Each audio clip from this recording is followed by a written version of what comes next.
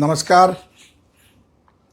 खरं तर मी राज्याचे सन्माननीय मुख्यमंत्री देवेंद्र फडणवीसजी, उपमुख्यमंत्री एकनाथरावजी शिंदे आणि राज्य सरकारचं मनापासून अभिनंदन करणार आहे की जो शब्द दिला होता तो पूर्ण करण्याचं काम राज्याच्या सन्माननीय मुख्यमंत्र्यांनी केलं, ज्यामध्ये मराठा समाजासाठी एक मंत्रालयीन कक्ष निर्माण करावा, त्याला अधिकारी द्यावेत, अवर सचिव दर्जाचा अधिकारी असेल, स्टेनोग्राफर असेल, क्लर्क असेल, टेलिफोन ऑपरेटर असेल, टायपिस्ट असेल, जेणेकरून समाजाच्या प्रश्नासाठी एक मंत्रालयात दालन निर्माण होईल आणि ते दालन माननीय मुख्यमंत्र्यांच्या देखरेखीखाली असेल, जेणेकरून समाजाचे प्रश्न किंवा समाजाच्या लोकांना एखादी गोष्ट जर कुठली अडली तर त्या कक्षाच्या माध्यमातून त्याचं काम केलं जाईल. त्याची काल कॅबिनेटमध्ये अप्रुव्हल घेऊन कॅबिनेट मंजुरी झाली आहे आणि ते दालन आता लवकरच सुरू केलं जाईल, याचा मला अभिमान वाटतो, आनंद वाटतो. त्यामुळे निश्चितपणे समाजाला न्याय मिळेल. त्याचप्रमाणे हायकोर्टामध्ये हैदराबाद गॅझेटला घेऊन चाललेल्या ह्याच्यामध्ये केसमध्ये देखील सरकारने मराठा समाजाच्या बाजूने एक चांगली भूमिका घेतली. मराठा समाजाला देणारे अधिकार आहेत, किंबहुना जे GR काढले त्याचं समर्थन केलं. त्यामुळे निश्चितपणे कोर्टामध्ये देखील त्याचा आपल्या समाजाला फायदा होईल. मला वाटतं की या सगळ्या गोष्टी करत असताना ज्या पद्धतीमध्ये आमचे समाजाचे संघर्ष योद्धा नेते मनोजदादा जरांगे पाटील साहेबांचा जो काही गैरसमज झाला होता, त्या बाबतीत देखील काही गोष्टीचा आम्हाला खुलासा करायचा आहे.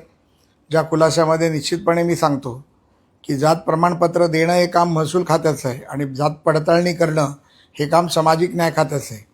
त्यामुळे दादांशी मी बोलायचा देखील प्रयत्न या विषयावरती केलेला आहे.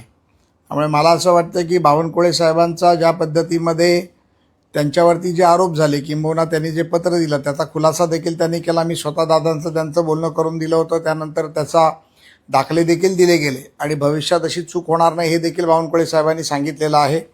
निश्चितपणे मला वाटतं की या जात प्रमाणपत्राच्या दाखल्याच्या बाबतीतला जो निर्णय आहे तो संजय शिरसाट साहेबांचं खातं आहे, त्या खात्याच्या माध्यमातून केला जातो, ना की महसूलमध्ये जे बावनकुळे साहेबांचं खातं आहे त्या माध्यमातून केला जातो. परंतु हा संपूर्ण अधिकार हा कुठल्याही मंत्र्यांचा नसून हा संपूर्ण अधिकार हा अधिकाऱ्यांचा आहे. हा येणाऱ्या भविष्याच्या दिवसात एक मराठा उपसमितीचा निमंत्रक सदस्य म्हणून निश्चितपणे आम्ही ही काळजी घेऊ की यामध्ये कुठल्याही प्रकारचा अधिकारी बदमाशी करणार नाही. कुठलाही अधिकारी यामध्ये कुठल्याही समाजाच्या लोकांचं, मग तो मराठा असेल, OBC असेल, कुठल्याही समाजाचं जात पडताळणी पत्र देत असताना त्यामध्ये आडकाठी करणार नाही. आणि त्यासाठी राज्याच्या मुख्यमंत्र्यांनी काल जाहीर केलं आहे की याच्यापुढे अशा प्रकारे जर जात पडताळणी पत्र जर रद्द केलं गेलं तर त्याचे पुन्हा त्याचा हिअरिंग घेण्याचं काम आणि चेक करण्याचं काम हे डिव्हिजनल कमिशनरला दिलं गेलं आहे. त्यामुळे निश्चितपणे समाजाला आणि इतर सर्वच समाजाला त्याचा न्याय मिळेल आणि मनोजदादा जरांगे पाटलांच्या मनात असलेल्या शंका देखील दूर होतील. आणि या माध्यमातून मी एक गोष्ट सांगू इच्छितो की निश्चितपणे मनोजदादा जरांगे पाटलांचा आता पश्चिम महाराष्ट्र दौरा संपला की त्यांना वैयक्तिक भेटून या बाबतीतला त्यांच्या मनामध्ये असलेला संभ्रम किंवा त्यांची नाराजगी निश्चित आम्ही दूर करून घेऊ.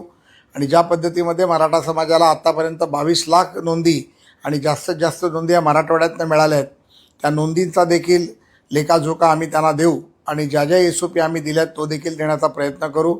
आणि निश्चितपणे त्यांचं समाधान होईल, समाजाचं समाधान होईल आणि कुठल्याही इतर समाजामध्ये तेढ निर्माण होणार नाही, हा प्रयत्न माझा राहील. धन्यवाद. जय हिंद.